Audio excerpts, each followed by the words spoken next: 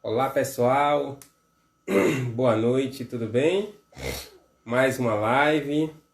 Hoje estaremos recebendo um convidado de peso para falar sobre um tema muito importante. Trata-se do Dr. Arthur Starling. Ele é especialista em planejamento sucessório. O tema de hoje será o planejamento sucessório com herdeiro com deficiência. Tema muito importante. Nosso convidado já chegou, eu vou mandar o convite aqui para o Arthur.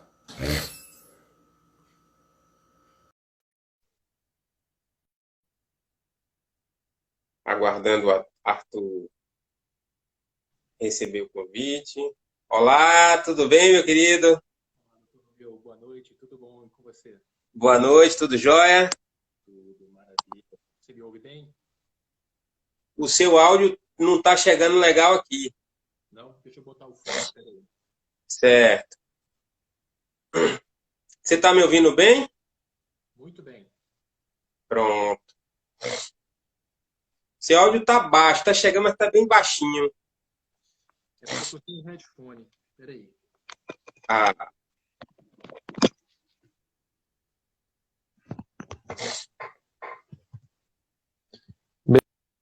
Melhorou? melhorou demais. Ótimo. Beleza. Maravilha. Meu querido, você está em casa, fique à vontade, se apresente para os presentes. Legal. Primeiro, é uma honra participar aqui da live com você, doutor Romeu. Eu acompanho seu trabalho já há algum tempo. Inclusive, eu indico para vários amigos meus que têm filhos com deficiência, eu sempre indico o seu perfil. Então, imagino que você tem alguns seguidores aqui de Brasília que são por indicação minha. Então, Maravilha. é um prazer e, assim, é uma honra também, porque eu acompanho a luta de alguns amigos meus e é muita dificuldade. Quem tem filho com deficiência, filho autista, passa por muitos perrengues que eu até consigo imaginar porque eu tenho esse amigo meu, mas ele deve me contar só a ponta do iceberg, né? Ele não deve me contar tudo. Até problema no colégio eles já tiveram, doutor Romeu. E se eu te contar essa história, é terrível. De diretora gritar com o filho deles, enfim, no frente das pessoas, uma coisa assim, cruel, sabe? Então é um tema que eu acho que merece muita atenção e você faz muito bem esse trabalho de trazer luz para esse tema e trazer um amparo para esse público, para esses pais e essas pessoas que precisam de alguém que dá um apoio. Então, assim, eu queria te parabenizar pelo trabalho, dizer que eu sou fã do seu perfil, eu sigo há muito tempo já, e faltam pessoas que tratem especificamente desse tema, né? Falta muita gente. Então, eu acho que é muito legal. E vendo uma postagem sua, eu me toquei, vem cá, eu acho que eu posso ajudar um pouquinho com o Dr. Romeu e esse público também, porque se as pessoas não conhecem muito o planejamento sucessório, muito menos algumas pessoas que têm filhos, né, com deficiência, talvez não saibam a importância e como isso pode ajudá-los, dar uma certa segurança para vocês, talvez, aí eu não sei, eu peço até licença, mas talvez no momento que seja de uma dor muito grande para vocês, que é pensar, e agora, quando eu não estiver aqui, como e quem vai cuidar do meu filho? Como é que vai acontecer?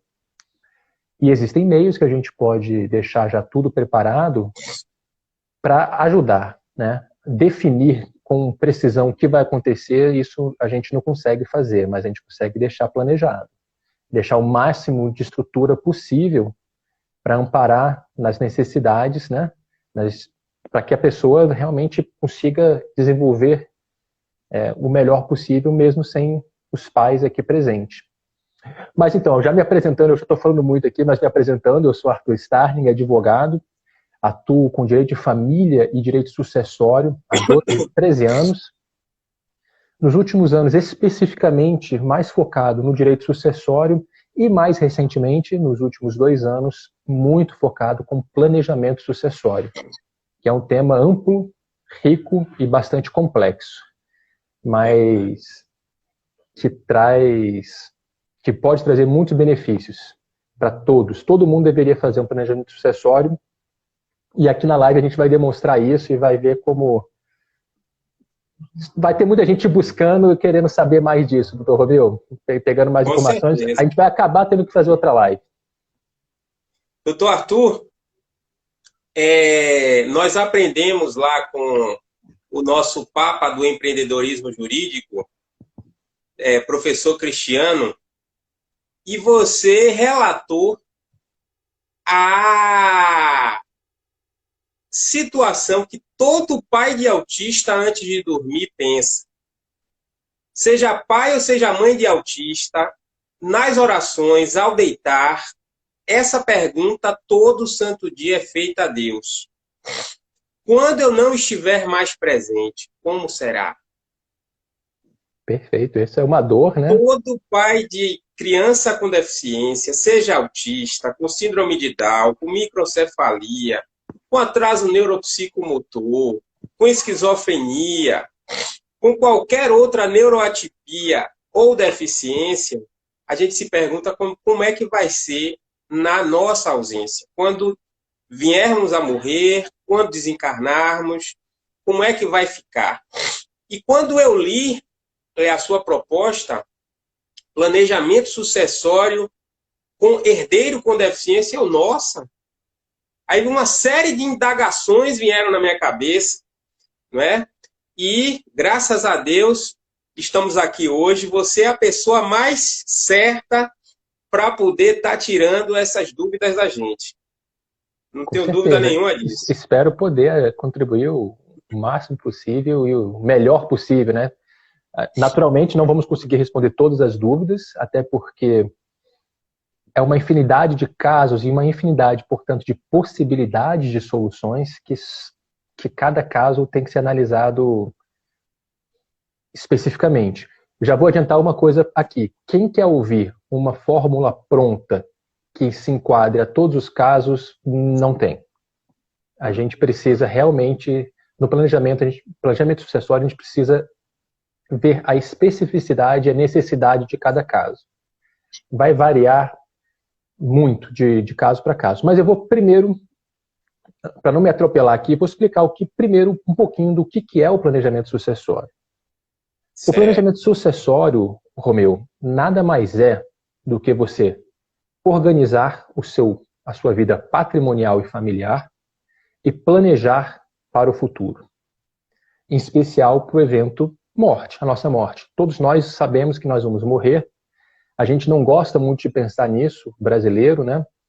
Mas eu acho que, ao contrário da maioria, vocês, pais de filhos com deficiência, pensam nisso e se preocupam muito mais do que o normal.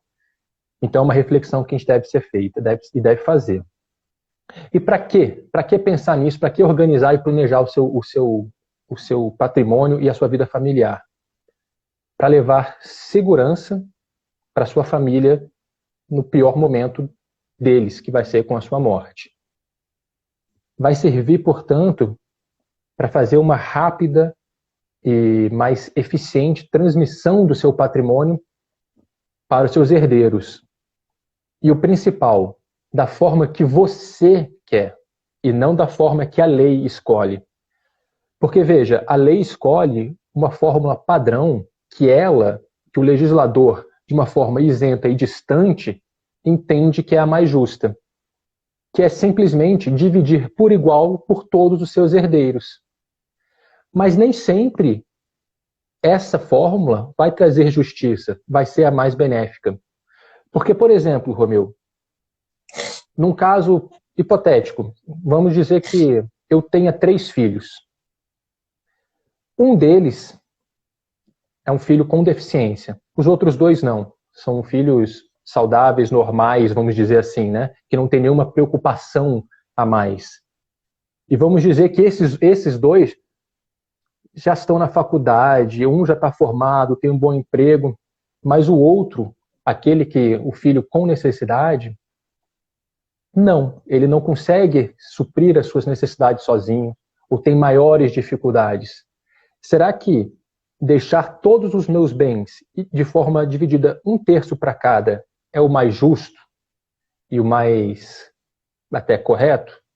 Eu penso que não. Porque, veja, esses outros 2 irmãos, se eles não quiserem e não tiverem um ar de irmandade mesmo, um cuidado com aquele irmão, eles podem simplesmente pegar o seu patrimônio que lhes cabe e deixar um pouco de lado aquele irmão, né? Mas eu posso me planejar e deixar um pouco mais de patrimônio para ele. Eu posso instituir algumas figuras de proteção a mais para aquele filho, para tornar desigual a divisão dos bens. A gente vai ver aqui no decorrer da live que existe um limitador, a legítima, que nada mais é um nome difícil, mas nada mais é do que deixar 50% do meu patrimônio, esse 50% tem que ser dividido de forma igual entre meus filhos, mas os outros 50% não. Então veja, que um dos filhos pode ficar com 50% do patrimônio e mais 1/3 dos 50%, do outro 50%, beneficiando bastante ele e dando maior proteção para ele. Naturalmente, se ele não tiver a capacidade de gerir esse patrimônio sozinho, será necessário instituir ou deixar um tutor para fazer isso por ele. A gente vai ver isso mais na frente, mas são umas reflexões iniciais para demonstrar como é profundo e como tem muito que a gente pode fazer para beneficiar e proteger essa pessoa com deficiência, né? E Romeu, se eu estiver falando demais aqui, tiver alguma dúvida, que você quiser me interromper, fique à vontade, senão eu vou ficar falando aqui. Meu querido, fique à vontade, você está em casa. Então, por isso, eu vou dando continuidade aqui. Por isso que eu julgo muito importante o tema. No normal, o planejamento sucessório já é indicado para qualquer tipo de família por 2 motivos que eu julgo mais importantes.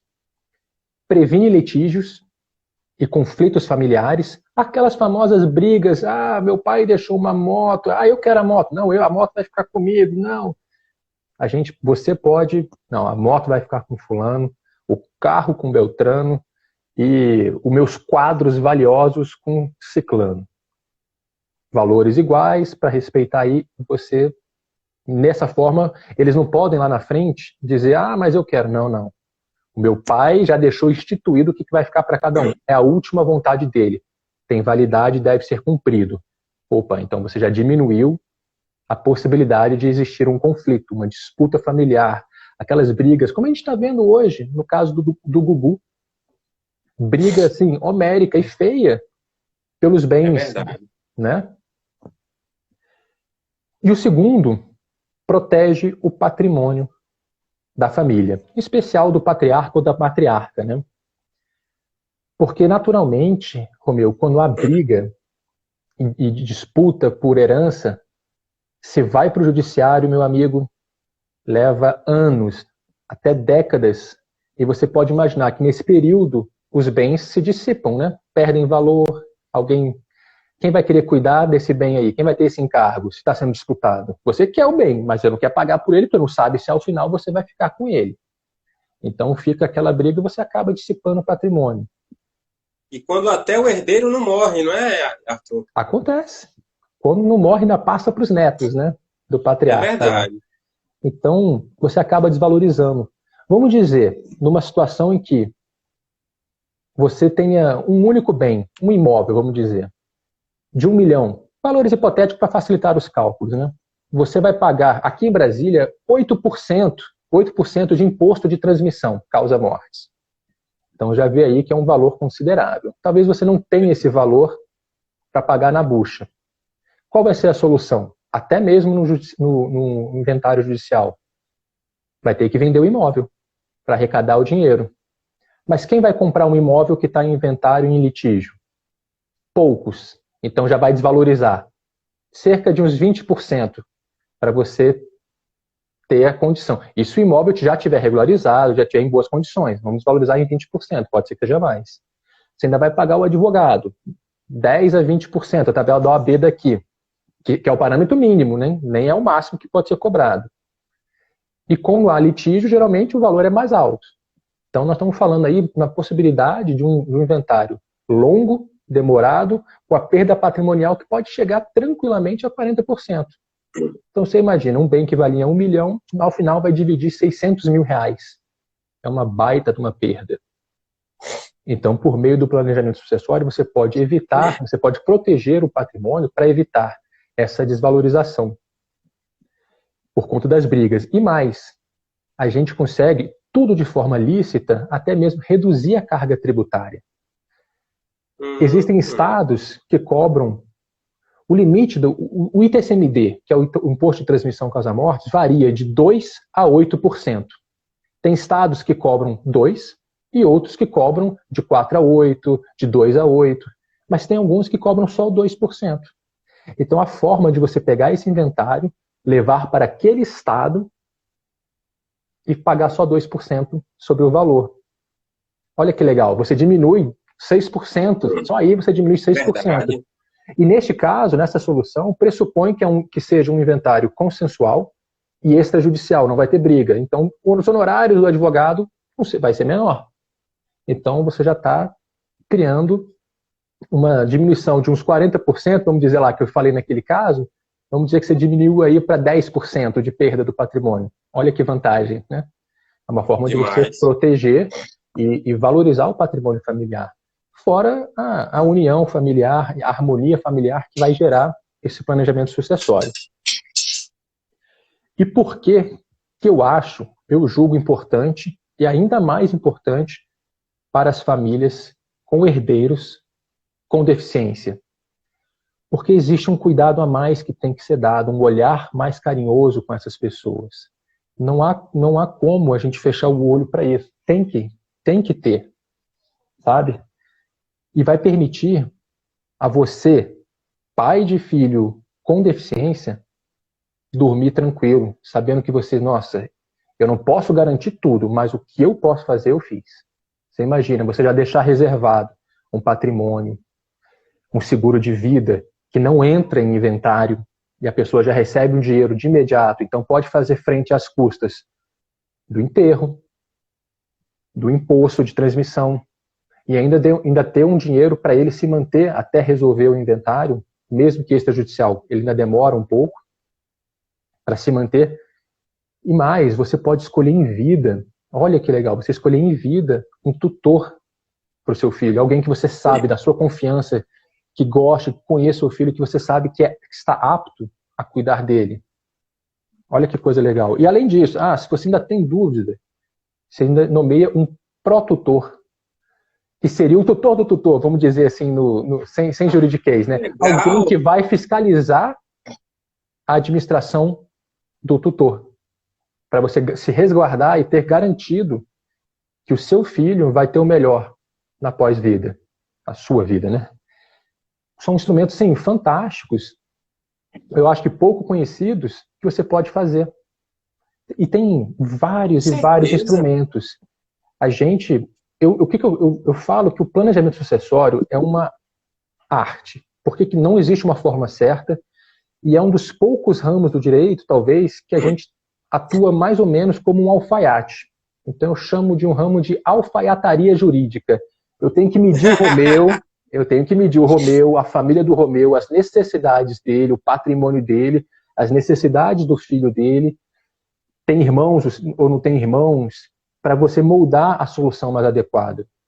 Se for uma pessoa muito rica, o Gugu, por exemplo, a solução é uma. Se existe um escopo enorme de soluções. Se for uma pessoa um pouco mais humilde, que não tenha tantos bens, a solução é outra. Mas sempre tem alguma coisa que a gente pode fazer. Nem que seja, se você não tem bem nenhum, Romeu, se você não tem bem nenhum, você mora de aluguel, o seu carro é financiado, você pode deixar um seguro de vida, você se esforça um pouquinho, reserva um dinheirinho, faz um seguro de vida e beneficia o seu filho e nomeia um tutor. Olha, são duas coisas já fantásticas. Você já garante um dinheirinho a mais para cuidar das necessidades do seu filho e alguém responsável por isso. A gente vai ver mais na frente que tem outros mecanismos que a gente pode utilizar que são muito, muito importantes. E, Romeu, tem Meu alguma querido, dúvida? tenho. Vamos lá. O documento público que vai. Eu não vou nem falar no juridiquês, mas o documento público que vai materializar esse planejamento sucessório é o testamento ou Ele é é um um, outro tipo de documento público? ele é um dos documentos e talvez o mais importante. E olha, Romeu, o testamento público é uma das formas possíveis de testamento. Você pode fazer um testamento particular, por exemplo. Hum, E, vamos dizer, nessa situação que a gente vive hoje de pandemia, a gente pode fazer um testamento particular sem as formalidades que a lei exige para um testamento. Não sei se vocês aqui todos sabem, mas o testamento é um dos negócios jurídicos mais complexos no sentido de ter mais exigências da lei, porque você está falando de patrimônio que você vai transmitir para os outros. Então exige testemunha, existe assinatura, presença, ler na presença de testemunha, ir no cartório, uma série de requisitos que dificultam. Mas existe um dispositivo no Código Civil que permite, em casos excepcionais, que você redija de próprio punho o seu testamento, explicando os motivos excepcionais e sem testemunha nenhuma tem a validade. Olha que legal. Então você, imagina que você é pai de filho autista, você está com Covid, está isolado lá, nem o médico te atende, ninguém chega a você, os seus pais não chegam, o seu advogado não chega até você, mas você ainda tem uma solução. Se você tiver um papel e uma caneta, você pode escrever o seu testamento, você coloca o seu nome, o seu CPF, seu RG, casado, solteiro, seu estado civil, se qualifica, explica, estou internado no hospital tal, por conta da Covid, incomunicável, sem possibilidade de realizar o meu testamento perante as autoridades ou com um número de testemunhas, mas eu quero deixar tal bem para o meu filho, nomear tal pessoa como tutora, etc. e tal. Assina, data e assina, tem validade. Olha que legal.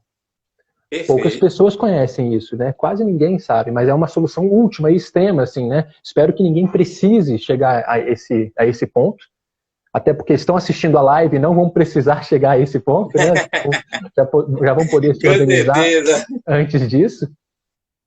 Mas se precisar, já é um conhecimento, vocês já estão sabendo que é possível, né? Com Então, certeza. sempre existe possibilidade, sempre tem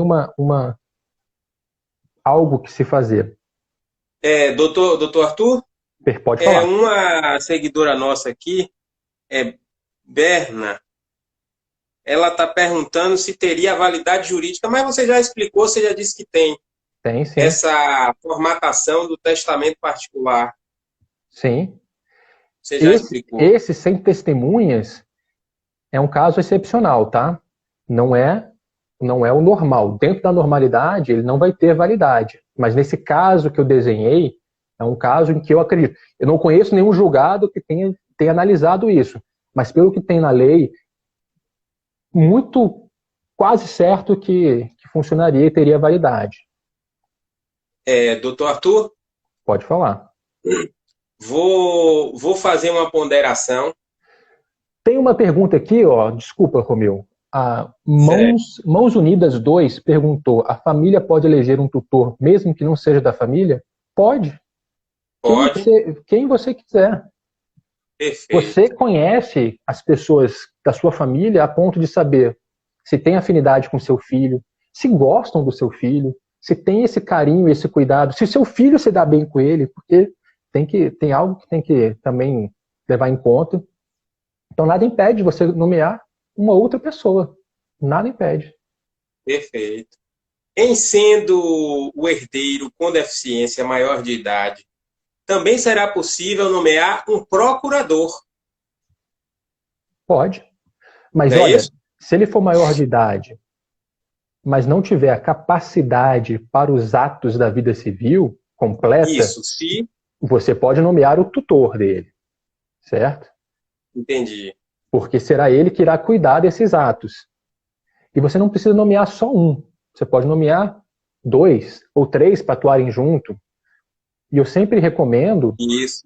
que se faça, especialmente nesses casos, que se faça a nomeação não necessariamente de mais de um ao mesmo tempo, mas de mais de um, porque um talvez não queira, você não pode obrigar a pessoa a ser o tutor do seu filho, então a pessoa vai ter que aceitar. Então antes, é bom você chamar a pessoa, conversar com ela, olha, eu estou fazendo meu testamento, eu vejo que você se dá muito bem com meu filho, eu vejo que você gosta, que você é uma pessoa responsável, eu queria te nomear como tutor, no caso, eu morra e também a minha esposa. Claro, pressupõe que os dois faleçam, né?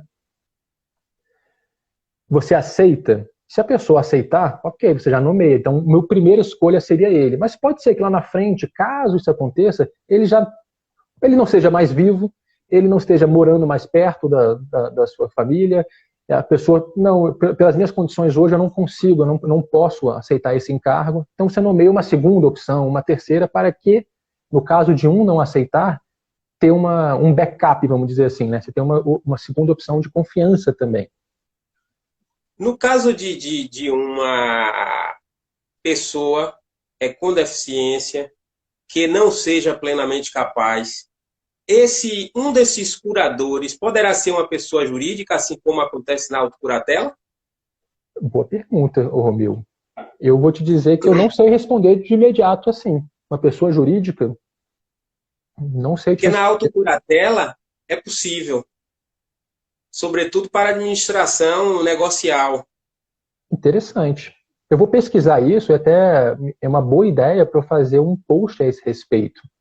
Verdade. Agradeço pela ideia aí, eu vou procurar. Mas se é possível na autocuratela, é bem capaz de também ser possível aqui Porque no instituir planejamento também. sucessório, uma vez consolidado com o evento morte, vai ocorrer a administração de negócios, vai ocorrer a administração patrimonial, entendeu?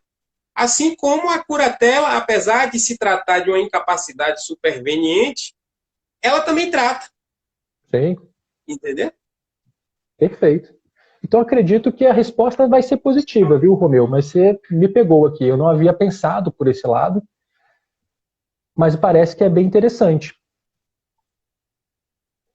Mas aqui, seguindo, gente, tem uma preocupação só. Eu já falei um pouco isso mais cedo. Doutor? Pois não? Esqueci o nome dela, só um segundo aqui, peraí. A Berna Pacheco? Berna Pacheco, ela perguntou a diferença entre curatela, entre tutor e curador. A gente até já falou que é a questão da idade, né? Isso.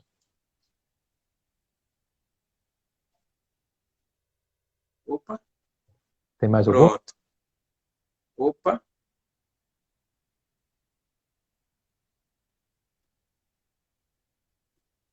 Vá, pode falar. Dê um toquezinho na sua tela embaixo para os comentários descer. Acho que sou eu que clico aqui. Eu não estou acertando. Eu vou levando aqui. A grande preocupação e uma coisa que a gente tem que ter em mente é a limitação que nós temos para realizar o planejamento sucessório. E, infelizmente, nós temos uma grande limitação, que eu já falei um pouquinho mais cedo, que é a legítima. A legítima é a obrigação, é uma reserva de um patrimônio que você tem, que tem que ficar obrigatoriamente reservado para os seus herdeiros necessários. E aqui é importante esclarecer, muita gente, quando a gente fala dos herdeiros necessários, pensam só nos filhos. Mas os herdeiros necessários são os descendentes, os ascendentes e o cônjuge / companheiro. O companheiro não está exatamente definido, mas por uma decisão recente do STF, eu considero que sim. Mas olha só, os herdeiros, quando a gente fala de descendente, não é só filho, é neto, bisneto. Então a gente tem que ficar atento, né? Porque talvez você não tenha outros herdeiros, filhos, mas você vai ter, se tiver um neto, tá aí um impedimento. Metade do seu patrimônio deve ficar reservado para os herdeiros necessários, tá? E por que isso é um limitador? Por conta daquele cenário que eu já falei aqui no começo da live, no caso de você tiver outros irmãos do seu filho com deficiência. Porque se você tiver só um filho, o problema é muito pequeno, vamos dizer, porque você vai ter, quando você falecer, o seu patrimônio, metade passa para sua esposa, a depender do regime de casamento, é claro, passa para sua esposa, a outra metade passa para o seu filho, mas a sua esposa está viva ainda, então ela vai continuar administrando o patrimônio em favor do seu filho, e quando ela falecer, a outra metade passa para o seu filho, de modo que ele fica com 100%. A questão é, se você tem mais de um filho, uma parte vai ter que ficar para o outro filho. E aí é que entra aquela questão, o refinamento do planejamento sucessório para você, eu vou dizer driblar, mas não me entendam mal, não é burlar a lei, é tudo dentro da lei. Você pode deixar um pouco a mais para este filho com deficiência do que para o outro, pelas naturais necessidades que tem. E até bom que, neste caso, se converse com o outro filho e já deixe explicado, olha, no nosso testamento a gente vai fazer assim, vai privilegiar um pouco mais ele, contamos com o seu entendimento, porque você vai conseguir, você já está bem de vida, você já tem uma profissão, consegue se encaminhar sozinho e tudo, mas... E aí eu acho que você fazendo essa construção conversada, naturalmente também vai dissipar qualquer tipo de receio ou barra ranço que este irmão possa ter e pensar, poxa, mas os meus pais não me beneficiaram, mas ele já vai entender, não é que eles não me beneficiaram, eles me pediram e me explicaram o porquê deixaram um pouco a mais de cuidado para o meu irmão. E isso naturalmente já ajuda a prevenir qualquer tipo de desavença que possa haver entre os dois. Tem uma pergunta aqui. Ai, peraí, sumiu aqui. Do Mãos Unidas 2. Se a pessoa com deficiência for filho único e os pais biológicos vierem a falecer, quem fica com a tutela, sem ter nada inventariado? Eu acho que a pergunta é sem os pais terem feito uma nomeação via testamento. E neste caso, a justiça vai ter que nomear alguém. Se ele não tem pais mais, não tem um responsável legal, vai ter que abrir o inventário. Algum amigo vai informar o Ministério Público, o juiz, eles vão abrir o inventário dessa pessoa, dessa criança, e o juiz vai nomear um tutor. Por isso, daí a importância de você mesmo já nomear alguém. Não que a sua nomeação vai ser aceita sem nenhum tipo de avaliação, não é isso, especialmente quando se trata de pessoa incapaz e menor de idade. Há necessariamente que se levar à justiça, mas que juiz vai contra a sua vontade, sendo que você conhece os seus filhos e as pessoas e tem muito maior capacidade de nomear e saber quem vai ter cuidados com o seu filho. Eu acho pouco provável que um juiz vá dizer algo contra, a não ser que seja uma pessoa assim, com algum problema quanto mais. Aí, vamos dizer, não sei, eu não consigo ver. Até porque você é o maior interessado, você naturalmente vai nomear alguém que tenha capacidade, que tenha responsabilidade, que seja idôneo, que não tenha nenhum impedimento legal. Então, dificilmente eu vejo possibilidade de não ser nomeada a pessoa que você mesmo nomeou no seu testamento. Daí a importância de ter essa conversa com as pessoas próximas, de conversar com o seu cônjuge. É importante. Os dois cônjuges podem nomear pessoas distintas, vamos dizer, né? Porque imagina, se você falece, quem fica responsável é a sua esposa. Se ela falece, quem fica responsável é você. A nomeação serve para o caso dos dois falecerem. Vamos dizer, num acidente de carro ou por algum outro motivo. Quem vai cuidar? Se os dois nomearem as mesmas pessoas, ótimo, porque não tem muita dúvida aí. Agora, se você, Romeu, nomeia uma pessoa e sua esposa nomeia outra, tem um impasse. E aí também, novamente, quem vai decidir vai ser um juiz. Então é importante que a família, o casal, converse entre si e tome essa decisão em conjunto, para evitar também até esse desgaste, né? Porque senão vai pesar uma responsabilidade sobre o juiz, que vai acabar nomeando um ou outro, né? De toda forma. Mas muito melhor que seja de comum alguém já escolhido pelos dois, porque facilita o processo. todo o procedimento. Perfeito. Para a realização de um planejamento sucessório, gente, existem inúmeros instrumentos que postos à disposição. Dentre eles, o testamento, que eu acabei de falar bastante aqui a respeito, mas um outro que eu vejo que é bastante importante é o usufruto. Tem uma pergunta aqui, só um momentinho. Boa noite, agora é da Leila Romota.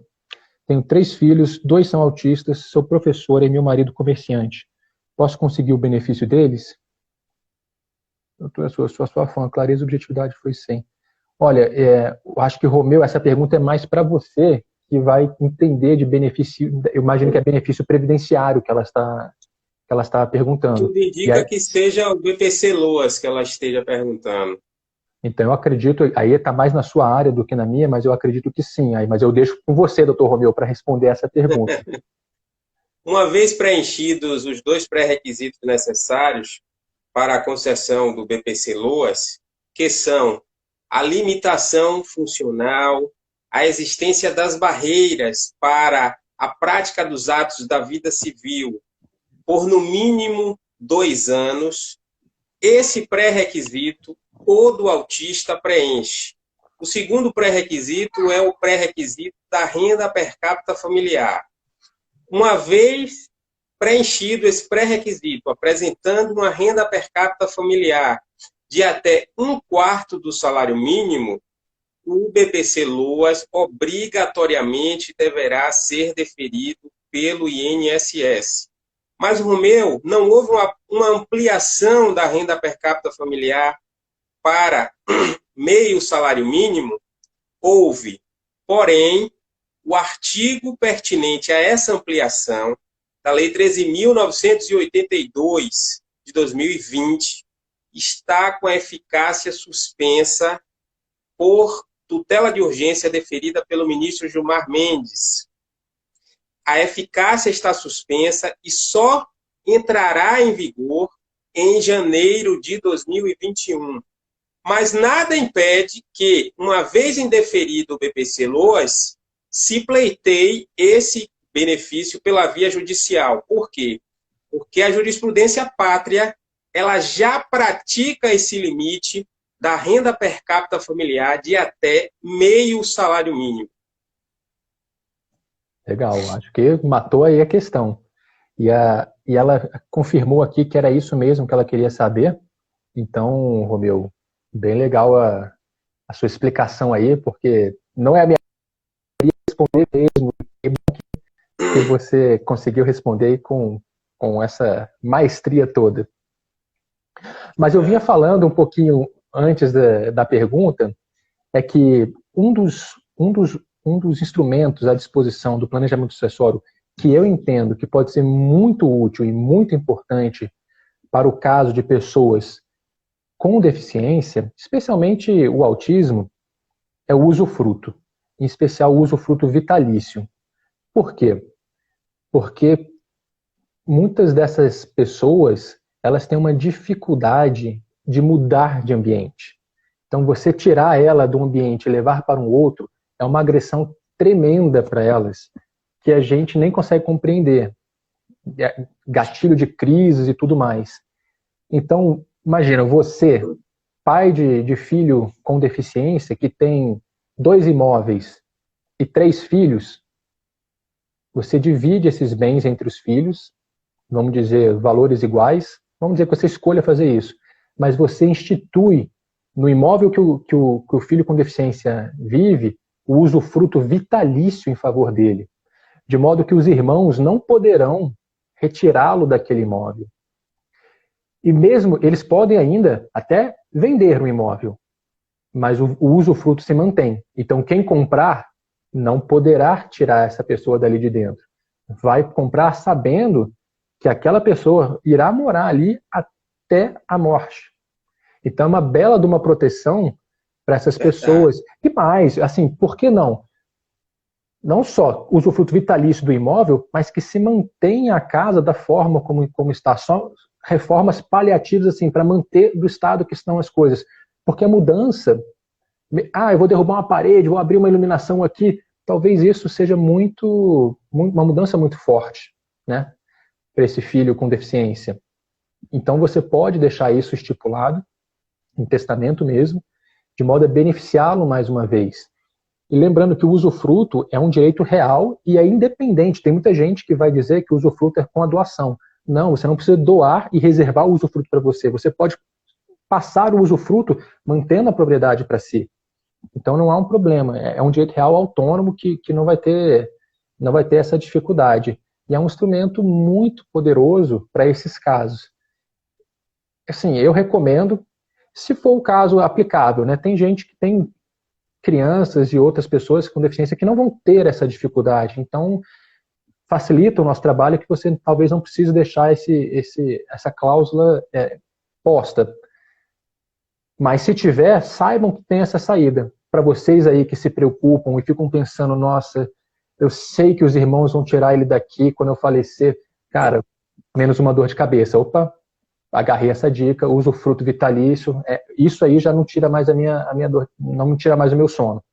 Então, eu julgo muito, muito importante conhecer isso para poder já ir pensando, trabalhando em como é que você quer fazer, qual é a necessidade do seu filho, como que a gente aqui do direito do nosso lado pode fazer o melhor trabalho para adaptar para essas necessidades e moldar de forma que cause o mínimo de impacto possível nessa pessoa.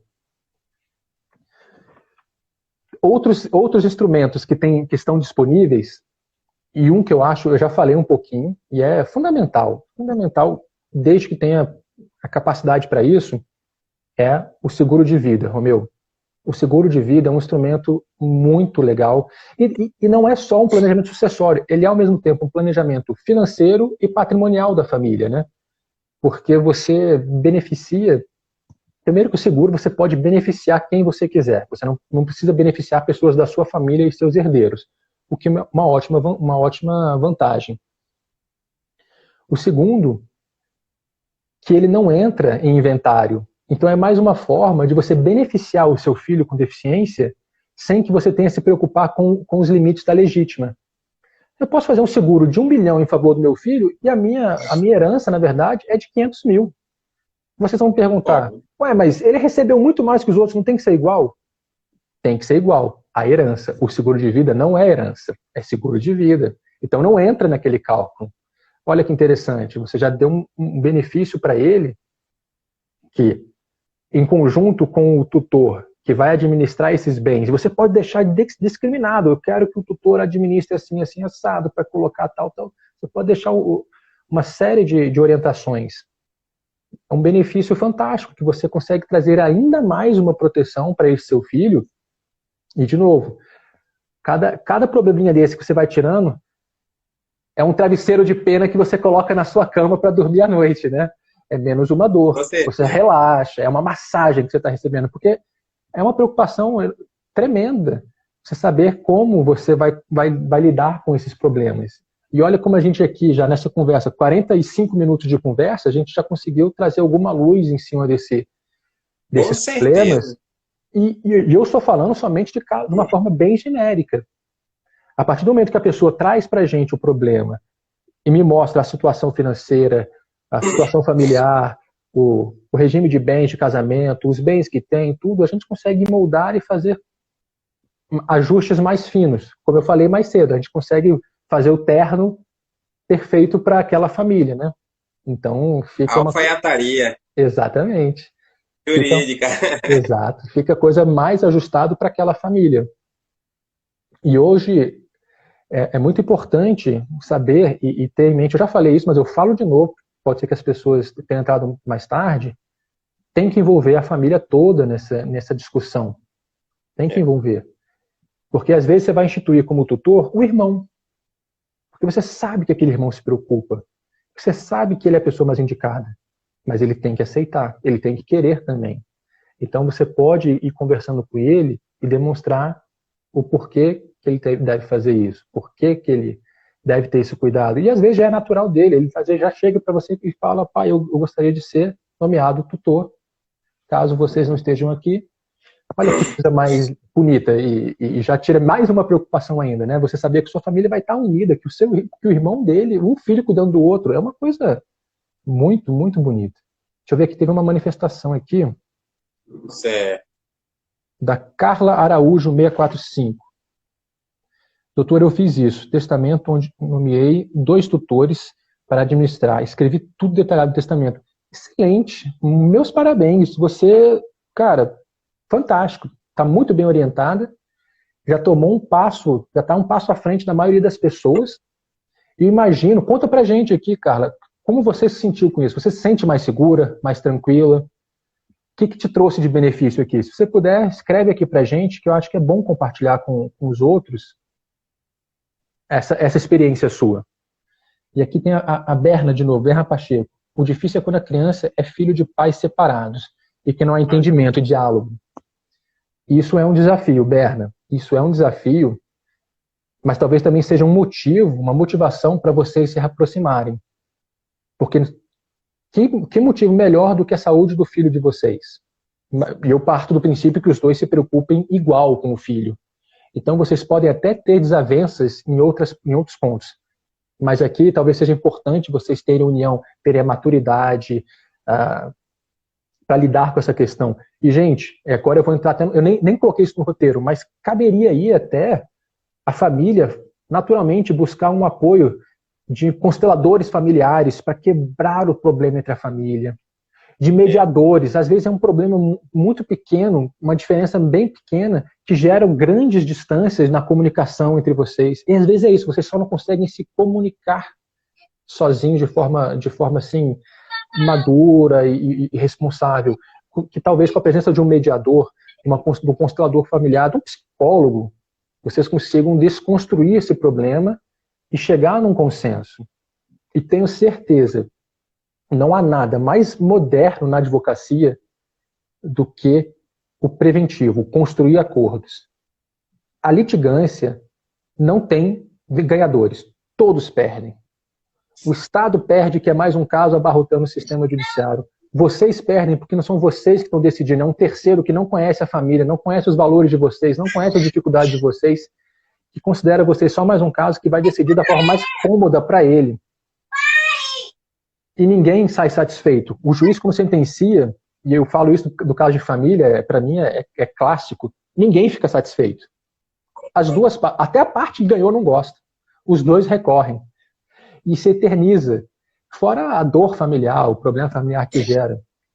Então pense que, e aí eu já estou saindo até um pouco do direito, mas é um momento, se não há diálogo, é um momento para vocês buscarem essa reunião, pelo menos no que diz respeito aos cuidados com o filho, buscarem uma aproximação e o diálogo. Vocês não precisam dialogar sobre outras coisas, mas ter um consenso aqui é muito importante. E talvez seja um ponto comum, aí, um ponto de início para retomar uma relação, pelo menos, nesse ponto. Deixa eu ver que tem mais alguma... A Berna Pacheco falou que chega a ser cruel a forma como ele se nega a dialogar. Berna, sempre vai ter solução, talvez a pessoa tenha que ter um pouquinho mais aberta. Eu não sei qual é o tipo de diálogo que vocês têm, mas pense nessa questão de constelação familiar, de contratar mediadores mesmo para fazer uma interlocução entre vocês, que, cara, talvez vocês consigam sim, eu sempre acredito que vai conseguir acordo. Então, busca isso, qualquer coisa, chama no privado, chama o Dr. Romeu no privado, a gente conversa e vê como é que faz, indica algum profissional que possa talvez fazer essa mediação. Até a psicoterapia familiar também, doutor Arthur. Exato. Também tem uma eficácia extraordinária. E nada impede que todos esses fatores elencados sejam utilizados de forma paralela. Entendeu? E na pior das hipóteses, vamos dizer, na pior das hipóteses, não julgo a mais correta, apesar de eu ser advogado. Coloque o advogado dele para conversar com o seu advogado, que os advogados são técnicos, eles não têm que ter a emoção. Mas aí eu digo, tem que ser advogado que não pega a emoção do cliente, que cria uma barreira. O cliente é emocional, mas o advogado tem que ser técnico, a gente tem que se livrar daquilo para chegar no melhor para o cliente. E neste caso, em que tem um filho com deficiência no meio, o melhor pelo cliente não é briga, é solucionar o futuro daquela criança. O meu modo de ver. Com certeza. Eu acho que o Romeu também vai concordar comigo. Então, Com certeza. na pior Em das gênero, hipóteses, número e façam grau. isso. Perfeito. A Carla Araújo, fiz testamento devido ao pai ser resistente ao diagnóstico e tratamento. Acontece muito. Então, eu, como funcionária pública e assistente social, acompanho diariamente, sei das necessidades dele e das terapias diante dessa. Muito, muito legal, Carla. É isso aí. Mostra autorresponsabilidade, respeito ao seu filho e vontade de cuidado mesmo, cuidado de mãe, o melhor para ele. Tá perfeito, merece todos os elogios aqui. Aí a Carla continua. Realidade, sei que guarda vai para o pai, então nomeei outros 2 e sei que irá administrar os bens para a saúde dele, o bem-estar dele. Legal. Olha aí, Carla, há uma coisa que me veio aqui, já com o seu caso em mente. Você, dos seus bens, 50% você tem que direcionar para o seu filho. Os outros 50% você pode, vamos dizer, aí eu não sei a condição financeira, mas você pode instituir um fundo de investimento que vai beneficiar ele. Então, você nomeia alguém que vai cuidar do fundo de investimento a favor do seu filho. Então, você já prevê que desse fundo de investimento, uma parte vai remunerar o trabalho dessa pessoa que vai cuidar do fundo e o resto vai destinar para ele.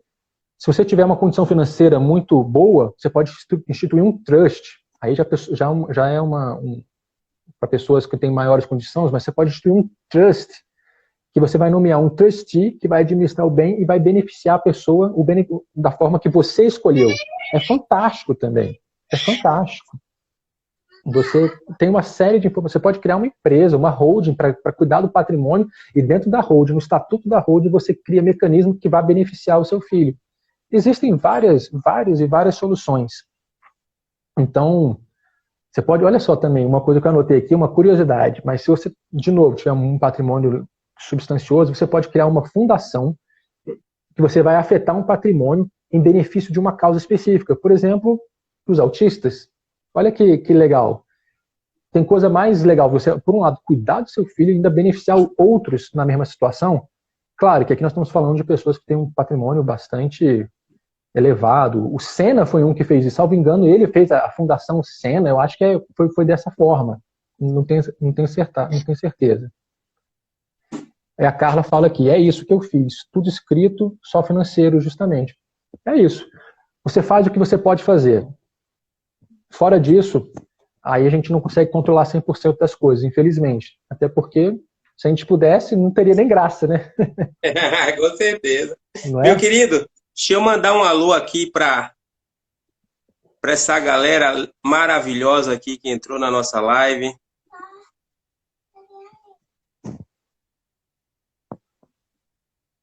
Quero agradecer de coração. Não é o encerramento da live ainda, mas agradecer de coração a todos os presentes, ao Moab Brasil, Movimento Orgulho Autista, que entrou na nossa live, a Jailson Cadeirante, bem-vindo, Jailson, Elizabeth, Cecília, Carla Araújo, Ivonei Patrício, Berna Pacheco, Priscila Correia, Bárbara, Leila Romota, Mirela Cerda, Felipe Rolê, meu amigo de infância. Quantos futebols nós jogamos juntos, hein, rapaz? Azildete Viana, Ronaldo Porcino, meu primo também. Mãos Unidas, que é uma ONG que cuida de mais de 80 autistas carentes no Rio de Janeiro, e não recebe nenhum tipo de apoio governamental, nem do Estado e nem do município onde a ONG atua. Quem quiser fazer doações para ajudar essa ONG, no meu perfil tem publicações com os dados bancários e no perfil Mãos Unidas 2 também tem. No perfil Mãos Unidas 2 tem toda a equipe multidisciplinar, tem fotos da instituição, tem fotos do trabalho sendo desenvolvido com os autistas. É uma ONG que merece o nosso respeito. Quem quiser colaborar, os dados bancários estarão lá disponíveis. Legal, compartilha comigo, Dr. Romeu. Compartilha comigo que eu jogo no meu perfil também, coloco lá, faço um stories pedindo contribuição. Pronto. E sucesso, né? Sucesso para eles, que esse tipo de trabalho merece mesmo. Merece o apoio. Com certeza. Assim que acabar a live, eu mando para você. Beleza. Tricarmo, minha prima também. Grande abraço, minha querida. Beijo no seu coração. Denner Pereira, grande advogado também que atua no âmbito do direito das pessoas com deficiência. Grande abraço. Daniela Ribeiro, minha grande parceira aí de Brasília. Fabiola Prince. Érica Adriane. Pessoal, muito obrigado. Muito obrigado mesmo pela presença de todos e todas vocês. Um grande abraço no coração. Muito Meu legal. querido, temos só mais 4 minutos e 30 segundos. O tema dessa live é tema para mais lives. É tema para mais Não é lives. tema para uma live só. Com certeza. A gente pode marcar outra e será um prazer. Até porque Com tem gente certeza. que não teve a oportunidade de estar aqui e fazer as perguntas. Eles vão poder ver amanhã, hoje mesmo, logo em seguida, rever a live aí no seu Instagram. Mas talvez surjam novas dúvidas, né? Talvez seja o caso até de abrir uma caixinha, ver as dúvidas, a gente poder fazer uma live e debater essas possibilidades e os casos. Perfeito. Quer dizer, a gente não pode debater casos específicos, a gente tem a limitação ética do código da OAB, Isso. mas a gente pode conversar sobre as possibilidades, né? Então, é isso. Eu estou vendo que várias pessoas aqui falando que Mãos Unidas 2 100% voluntário, autismo é amor, é isso aí. Eu vou agradecer também aqui, já que o Dr. Romeu agradeceu, eu vi que o Andrei Meirelles, um grande amigo meu, entrou aqui, agradecer a presença dele, Lorena, que é minha companheira, a Bárbara é minha cunhada, né, irmã da Lorena, e aí eu não vi mais se entrou mais gente aí, mas provavelmente tem mais gente aí que eu não Sejam todos bem-vindos. E é isso, gente. Como tem pouco tempo, eu agradeço muito o Dr. Romeu por essa conversa. Estou à disposição de todos vocês que tiverem qualquer dúvida, me chama no privado, manda mensagem, eu faço uma postagem a respeito, respondo vocês, é claro, e vira uma postagem para todos terem uma resposta. E agradeço muito a oportunidade de estar aqui. Vamos marcar outra. Eu acho que o tema é muito importante. Vamos sim, com certeza. Vamos marcar uma segunda live. Eu percebi que a audiência foi muito boa. A minha princesa, Maria Clara, dá um alô pro tio lá, dá. Oi, Maria Clara. Meu querido, eu vou retribuir agora o que você falou lá no início da live. Eu, no meu hall de amigos no Instagram, eu não tenho absolutamente ninguém que fale de forma tão primorosa sobre planejamento sucessório como você. Eu também leio muito as suas publicações. Você deve ver lá. Né? Eu sigo também o seu trabalho. E fica aqui os meus parabéns pelo brilhante trabalho que você desenvolve, pela forma extremamente bem explicada e acessível para que todos pudessem entender como você discorreu do assunto hoje. Quero agradecer, certo, por estar aqui com a gente, desenvolvendo essa live, um assunto tão importante para pais de pessoas com deficiência. Fica aqui a nossa eterna gratidão e que Deus abençoe você cada dia mais. A todos nós, eu que agradeço, Romeu. Acho que é isso. Vamos juntos ajudar o máximo de pessoas que a gente puder. Vamos sim. E vamos, logo após a live, marcar a próxima. Perfeito, combinado. Tá certo? Tá certo. Valeu, meu querido. Valeu, um abraço. Um grande abraço. Abraço para todos. Para Tchau. todos. Tchau, tchau. Tchau.